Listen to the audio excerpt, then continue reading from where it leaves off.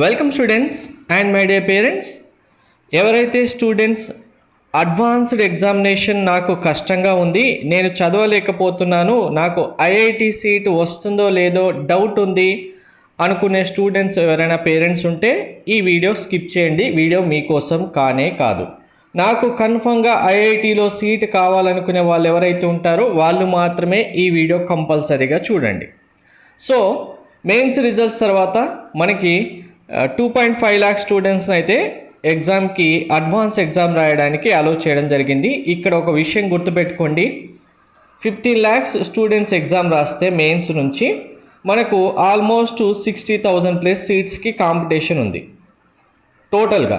అదే అడ్వాన్స్డ్ ఎగ్జామినేషన్లో just 2.5 lakh students exam appear అవుతే మీకు 17,000 సీట్స్కి కాంపిటీషన్ ఉంది. సో 15 lakhsని 60,000 సీట్స్కి ఎంత కాంపిటీషన్ ఉంది, 2.5 lakh స్టూడెంట్స్ 17,000 సీట్స్కి ఎంత కాంపిటీషన్ ఉంది, ఎంత తక్కువ కాంపిటీషన్ ఉంది. పేపర్ డిఫికల్టీ లెవెల్ ఉంటుంది సార్, తక్కువ కాంపిటీషన్ అయినా కానీ అంటే అవును ఉంటుంది. పేపర్ డిఫికల్టీ ఉంటే సీట్ రాదని అర్థమా? కాదు కదా, కాంపిటీషన్ తక్కువ ఉంది కదా ఇక్కడ. సో మీకు ఇప్పుడు నేను చూపించబోతున్న స్టూడెంట్ 70% మెయిన్స్లో వచ్చి ఐఐటి సీట్ వచ్చిన స్టూడెంట్ యొక్క ర్యాంక్ కార్డ్స్ డీటెయిల్స్ అన్నీ చూపిస్తాను. ఎందుకు చూపిస్తున్నానంటే చాలామంది ఇక్కడ సార్ మాకు అడ్వాన్స్ ప్రాక్టీస్ చేస్తున్నాం, మార్క్స్ రావట్లేదు సార్, అడ్వాన్స్ ప్రాక్టీస్ చేస్తున్నాం, తక్కువ స్కోర్ వస్తుంది. తక్కువ స్కోర్ వస్తే రానివ్వండి, మనకు టైం ఉంది. ఆ 5 days టైం అయినా 10 days టైం అయినా మీరు కరెక్ట్గా యూటిలైజ్ చేసుకొని ఆ రోజు ఎగ్జామ్ పేపర్ రాసిన తర్వాత మీకు సీటు ఎందుకు రాదు? మీరు రాయాల్సిన ఆన్సర్స్ రాస్తే మీ క్యాపబిలిటీ అక్కడ తెలిసిపోతే అప్పుడు కదా మీరు డిసైడ్ అవ్వాల్సింది. అసలు ప్రిపరేషన్ స్టేజ్లోనే సార్ మాకు చదవడం అవ్వట్లేదు సార్, లేదంటే మేము ఐఐటికి అడ్వాన్స్ ఎగ్జామినేషన్ బదులు వేరే ఎగ్జామ్ ప్రిపేర్ అవుతాం సార్, ఎందుకు ఇంత డిమోటివేషన్? మీకు ఇప్పుడు నేను చూపించబోయే స్టూడెంట్స్ ఓన్లీ 70%. ఇంతకంటే ఎక్కువ పర్సంటేజ్ మీరు ఉన్నారు అంటే ఈ స్టూడెంట్ కంటే ఎందుకు మీరు తక్కువ అని ఆలోచించుకోండి. సో ఈ స్టూడెంట్ మన మెంటర్షిప్లో 2025లోనే ఉన్నారు. మెయిన్స్ ఎగ్జామినేషన్ తర్వాత స్టూడెంట్ కూడా డిసప్పాయింట్ అయ్యారు, పేరెంట్ డిసప్పాయింట్ అయ్యారు. బట్ కొన్ని ఉంటాయి మెయిన్స్ తర్వాత డిసప్పాయింట్ అవ్వకుండా ఉండకుండా ప్రిపరేషన్ ఎలా చేయాలని, అటువంటివి వీళ్ళు మనకు సెషన్ 1 తర్వాతే మెంటర్షిప్లో జాయిన్ అవ్వడం జరిగింది. జనవరి ఎగ్జామ్ తర్వాతే స్టూడెంట్కి పేరెంట్కి కావాల్సిన క్లారిఫికేషన్ మన దగ్గర నుంచి రావాల్సినవి వచ్చాయి. ప్రిపరేషన్లో ఉన్నారు, ప్రిపేర్ అయ్యారు. ఇక్కడ ప్రిపేర్ అయ్యారు అంటే మన మెంటర్షిప్ గైడెన్స్ ఉంటుంది తప్పించి క్లాసెస్ కండక్ట్ చేసి నేనేదో క్లాసెస్ చెప్తున్నానని కాదు. ఇక్కడ మీరు ఎన్ని కాలేజెస్లో ఎన్ని కార్పొరేట్ క్లాసెస్ విన్నప్పటికీ దానిపైన ఒక స్టూడెంట్ ఇండివిజువల్గా గైడెన్స్ చాలా అవసరం. అది 100% పేరెంట్ ఫీడ్బ్యాక్స్ ఉన్న గైడెన్స్ మనది. సో స్టూడెంట్ యొక్క సీట్ ఎక్కడ వచ్చింది ఫస్ట్ మీకు చూపిస్తాను చూడండి. సో ఇక్కడ కేటగిరీతో సంబంధం లేదండి, స్టూడెంట్ ఎంత కష్టపడ్డారన్నదే ఇంపార్టెంట్, ఎవరు ఏ సీట్ తెచ్చుకున్నారన్నదే ఇంపార్టెంట్. 15 lakhs 14 lakhs స్టూడెంట్స్లో ఒక సీటు మీద అవుతుందంటే నేను ప్రతిసారి చెప్తూనే ఉంటాను, మీ ఎఫర్ట్కి తగ్గ ఫలితం వచ్చింది, అందులో ఎవరు ఏదైనా సరే. సో స్టూడెంట్కి చూడండి ఎక్కడ సీట్ వచ్చింది, ఐఐటి భిలైలో మెకానికల్ ఇంజనీరింగ్ సీట్ వచ్చింది. ఐఐటిలో సీట్ వచ్చింది కదా, ఇందులో ఏముంది అనుకోవచ్చు. మీరు ఇప్పుడు ప్రిపేర్ అవుతున్నారు కదా, దీనికి ఎంత ఎఫర్ట్ పెట్టి చదివితే మీకు కొన్ని మార్క్స్ వస్తున్నాయి, 20 marks 30 marks 40 marks.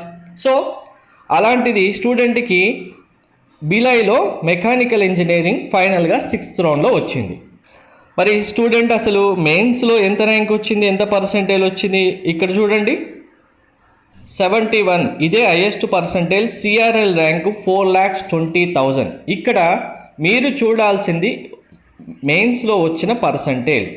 మీ పర్సంటేజ్ ఎంత ఉందండి ఒక్కసారి కామెంట్లో తప్పకుండా మెన్షన్ చేయండి. ఈ 71% కంటే మీరు ఏమైనా తక్కువ ఉన్నారా? ఇంతకంటే మీరు తక్కువ చదువుతున్నారా? 80 వచ్చిన వాళ్ళు లేరా? 85 వచ్చిన వాళ్ళు లేరా? 90% ఇంత పర్సంటేజ్ వచ్చి సార్ మాకు మార్క్స్ రావట్లేదు సార్, మేము అసలు ప్రిపేర్ అవుతుంటే సబ్జెక్టు చాప్టర్ టెస్ట్ కండక్ట్ చేసుకుంటే -4 వెళ్తున్నాయి సార్, -8.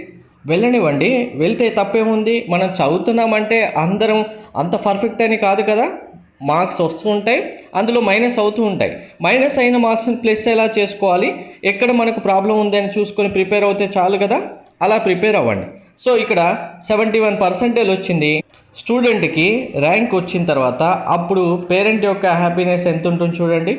నేను స్టూడెంట్ పర్ఫెక్ట్గా 70% ఐఐటి అయినా సేవ్ చేయడానికి గల రీజన్ కూడా ఇదే. ఇలాంటి స్టూడెంట్స్ చాలా రేర్గానే ఉంటారు. సో అంత కష్టపడి చదివినప్పుడు ర్యాంక్ రాకుండా ఎలా ఉంటుంది, వచ్చింది చూడండి. మార్క్స్ ఎన్ని వచ్చాయి మీకు, అడ్వాన్స్డ్ ఎగ్జామినేషన్లో తక్కువ మార్క్స్ వచ్చినా ర్యాంక్ వస్తుంది, సీట్ వస్తుంది. మెయిన్స్ లాగా ఏదో బైక్ బై రావాలని ఏం లేదు. ఒక సబ్జెక్ట్లో మీరు మంచి మార్క్స్ తెచ్చుకున్నా ఆ మార్క్స్కి తగ్గట్టు మంచి ర్యాంక్ వస్తే సరిపోతుంది. డైరెక్ట్గా స్టూడెంటు అసలు 70%తో ఎన్ఐటి సీట్ కానీ ట్రిపుల్ సీట్ కానీ పాసిబుల్ లేదు. అలాంటి సిచ్యువేషన్లో ఉన్న స్టూడెంట్ ర్యాంక్ వచ్చిన తర్వాత డైరెక్ట్గా మనకు ర్యాంక్స్ వచ్చినప్పుడు ఎవరు ఏ గ్రూప్లో జాయిన్ అవ్వాలని చెప్పడం జరుగుతుంది. అలాగే ఐఐటి గ్రూప్లో జాయిన్ అవ్వండి అని చెప్పడం జరిగింది. సో స్టూడెంట్ పేరెంట్ కన్వర్జేషన్ ఎలా చేశారు, ఎలా ఉంది అనేది ఇక్కడ మీకు చూస్తే అర్థమవుతుంది. సో ఎక్కడ ఏం చేయాలి, ఎప్పుడు ఏం చేయాలి, ఏ ప్రాబ్లం వస్తే ఎలా చూసుకోవచ్చు అనేది క్లారిటీగా ఇండివిజువల్గా చెప్పిన తర్వాత వాళ్ళు ఆప్షన్స్ ఇవ్వడం జరిగింది. అండ్ ఇక్కడ ఫస్ట్ రౌండ్లో స్టూడెంట్కి వచ్చిన సీటు మండీలో మెటీరియల్ సైన్స్ వచ్చింది. కానీ ఆ సీటు కరెక్ట్గా చాయిస్ ఫిల్లింగ్ ఆర్డర్ చేసిన టైంలోనే ఉంటుంది కాబట్టి దాన్ని బేస్ చేసుకొని వాళ్ళకి మళ్ళీ ఫ్లోట్ ఆప్షన్లో వెళ్తే ఫైనల్గా మండి మెకానికల్ ఇంజనీరింగ్ రావడం జరిగింది. ఎన్ఐటి ట్రిపుల్ ఐటి సీటు రావడానికి ఛాన్స్ లేని 70% ఉన్న స్టూడెంట్ ఐఐటి మండీలో ఫైనల్గా మెకానికల్ ఇంజనీరింగ్ చేస్తున్నారు. సో ఇంతకంటే ఇంకా బెస్ట్ మోటివేషన్ మీకైతే ఏమీ అవసరం లేదని నేను ఎక్స్పెక్ట్ చేస్తున్నాను. వీడియో చూసిన ప్రతి ఒక్క స్టూడెంట్ పేరెంట్ తప్పకుండా కామెంట్లో మీ ఒపీనియన్ మెన్షన్ చేయండి. అండ్ స్టూడెంట్స్ ఎవరైనా ఇంకా డిసప్పాయింట్మెంట్లో ఆర్ డీమోటివేషన్లో ఉంటే ఇదే ఒక ఎగ్జాంపుల్గా తీసుకోండి. ఇంతకంటే బెస్ట్ లైవ్ ఎగ్జాంపుల్ మీకు ఎవరు ఎక్కడ ఎప్పుడు చూపించలేరు కూడా. ఇటువంటివి మీకు రేర్గానే కనిపిస్తాయి. అది కరెక్ట్గా గైడెన్స్ ఉన్నప్పుడు, కరెక్ట్గా వాటికి సంబంధించి అనాలిసిస్ చేయగలిగినప్పుడే మీకు తెలుస్తుంది.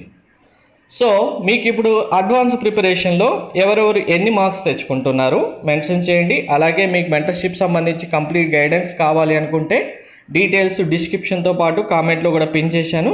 మెంటర్షిప్ ఫీ అమౌంట్ పే చేసిన తర్వాత వాట్సాప్కి స్క్రీన్ షాట్ పంపించండి. మెంటర్షిప్లో జాయిన్ అవుతారు.